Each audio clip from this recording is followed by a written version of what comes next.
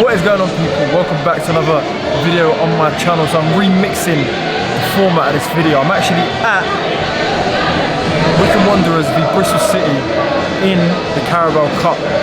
All that noise you can hear in the background is their fans. It turned out in unbelievable numbers for a midweek game. Let's hope for a win tonight, and who knows who we'll get.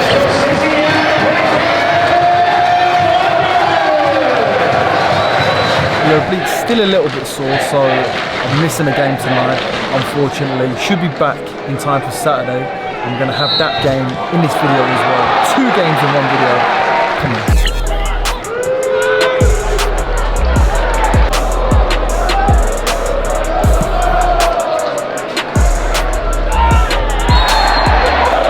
Set piece. Only 5 minutes played, 1-0 down.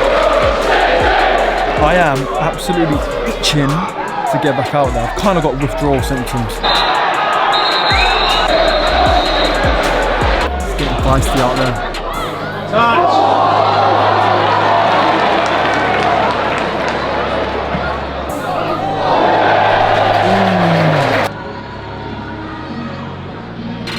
So it's half time, 1-0 down.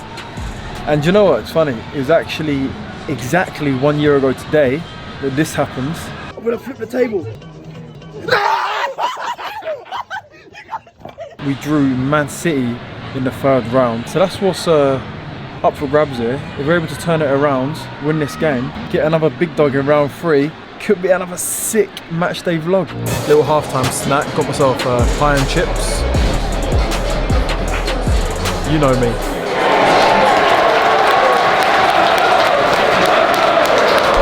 Come on, the boys, bring on Man City. We're getting revenge. One of the boys down with cramp. Needs some Himalayan rock salt in his life, doesn't he?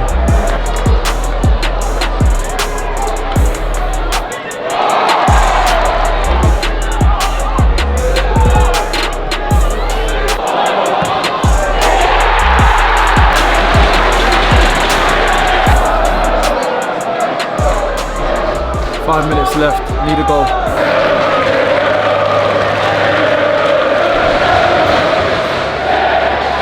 Game done. You know what, fair play to the boys, wasn't meant to be. Played so well against a strong Bristol City side. I've actually got the draw live on my phone right now. Waiting to see who Bristol City get. I'll be absolutely gutted if they do pull one of the big dogs out alongside Bristol City. Name. Just torturing myself, really, aren't I? Better not be Bristol City. Good. Oh, here they are, Bristol City. Oh, yes. Well, actually, it wouldn't mean too. Alright, look, there they are, Man City. Man City Chelsea, the next tie out. Do you know what? It wouldn't have been too bad actually getting Lincoln, because a good chance of getting through. But look, our focus is on the league this year, and that's why this is the road to promotion. We need to get to the championship. That is our main goal. So, one less distraction for the season, eh? Look at that. Get in at 10:30 at night, and I've got dinner on the table. Must be doing something right, eh, babe? No. No? Oh, naked. Can't include that. We do get given food at the end of the game, but I've completely revamped my diet and I wasn't gonna get tempted by anything. Let me actually show you what I've been up to. Instead of just getting my food from Waitrose, I've actually been getting my meat and fish delivered to the house. So everything's organic. We're actually quite lucky. The fish man comes all the way down from Grimsby and delivers us fish. As you can see here, this is all from Riverford Farm. Steak, organic lamb chops, and in this bag we have got halibut, sea bass, and some other fish. I felt $1 million. I don't know if it's because of how I've changed my diet. It could be. I've got some nutrition plans pending for you lot, but I felt really good. And yes, my plate does look like this, very boring, because I am still technically out injured, so I can't afford to have the carbs. Didn't do any cardio today or much gym, so gotta make sacrifices and stay disciplined, eh? And the presentation would probably be a lot better if I made it. Yeah.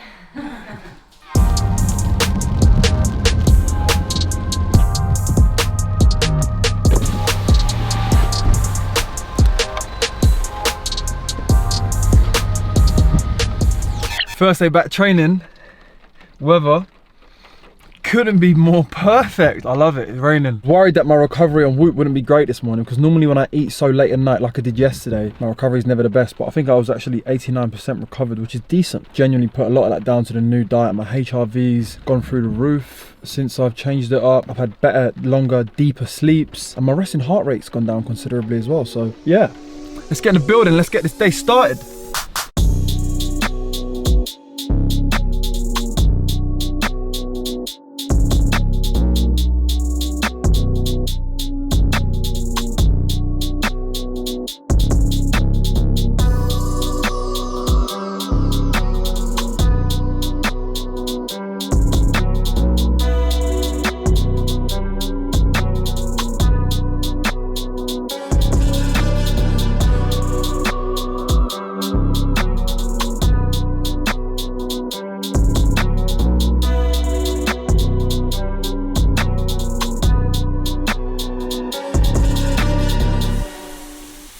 Training was good. Just whipping myself up a quick snack before gym, and I was absolutely desperado for a trim, so I went down to a local barber near the training ground. Unfortunately, my guy was fully booked. Not the best trim I've had, not the worst. Beggars can't be choosers, eh? And the oblique held up pretty well today in training, to be fair. I did feel it once here when I was tussling with GMAC in the middle of the pitch. Just felt like it was a little bit weak. Coming into physical contact with people, wasn't confident and strong. Get this down me, get in the gym and do a little bit more work on it.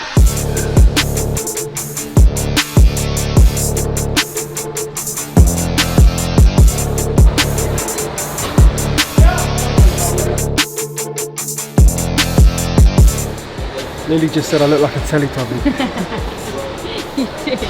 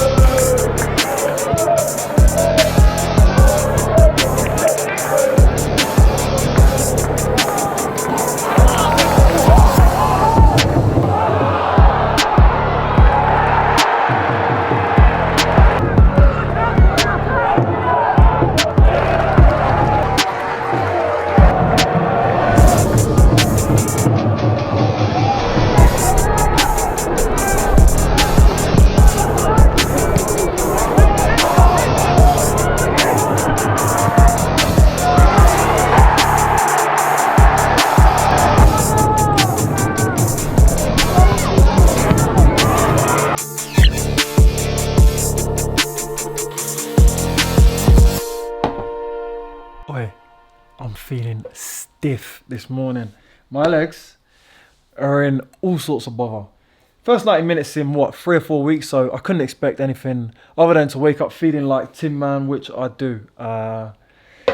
Yeah, it was made all that much harder by the fact that we went down to 10 men yesterday so early on in the game, and we actually went 1-0 up, so it was always going to be a case of backs against the walls, try and grind it out, ride wave after wave of Fleetwood's attacks. Couldn't quite do it. We ended up conceding rubbish goal. I'll show you on the analysis in a minute. We ended up coming away with, I'd say, a decent away point. Let me do a little bit of analysis, show you a few clips from the game, what went well, what didn't go well, and I actually had to play slightly out of position for 8 minutes of the game, so let me show you that as well. So yeah, game kicked off, they had a bit of possession, played direct into their striker, bosh, I'm back.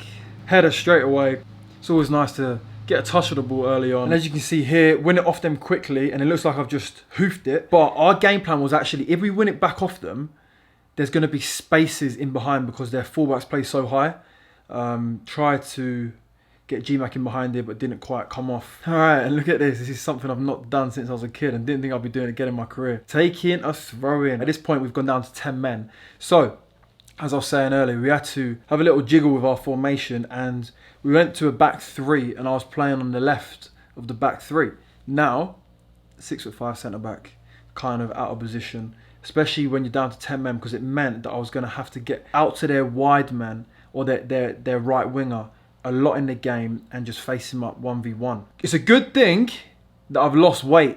Last season I was like playing at 98.5 kg. Now I'm 93.5, so I'm 5 kg lighter, which yeah meant I was able to put in a decent shift out there. Believe it or not, this t-shirt used to be skin tight on me, and now I'm drowning in it. But yeah, it was always gonna be a case of getting out to their wide man and engaging him early and having to back myself 1v1 defensively, and here's an example of it here. Try to encourage him to knock it down the line, back myself to get my body across, and with no big man on the pitch now, no Vokesy, no Brandon, G-Max off, we actually went with Anis up top, and he did wonders for us. But we were going very long at all times, so I tried to get us playing here a little bit, played it out to George. That pass is crucial, that it's actually not one that he's coming back onto facing his own goal. Got to get it in front of him, which allows him to play forwards. Next clip, I actually play one up to Anis. Now, obviously he's not a big man, he's not going to be flicking things like Vokesy, so I try to play the balls into him with a little bit less snow on them. So I basically mean a little bit less height on the ball. Vokesy likes a lot of snow on him so he can get up early and flick, whereas I try to play with a little bit sort of a narrower trajectory on the ball into him. He actually does well here. He's a very strong boy, Anis, and as you can see, he does wonders for our goal here. Cuts inside, and when he gets into this position here, I knew he was going to slot it into the far corner. Like I said, wasn't trying to just whack it all day, even though we were under the cosh.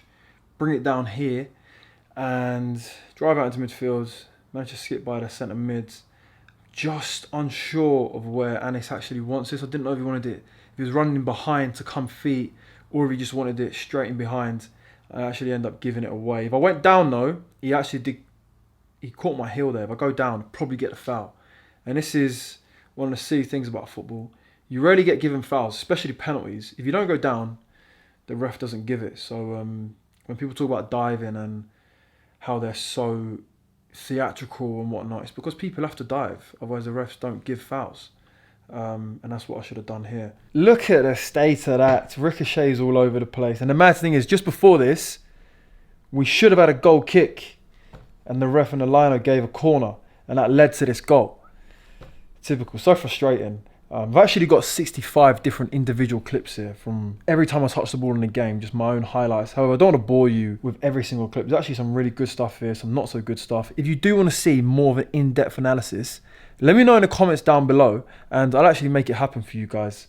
But we're on to Port Vale. I'll see you there for the next matchday vlog. Make sure you like, subscribe, and turn on your bell notifications if you haven't already, because I'm going to have 2 videos coming out every single week from now on. You don't want to miss out.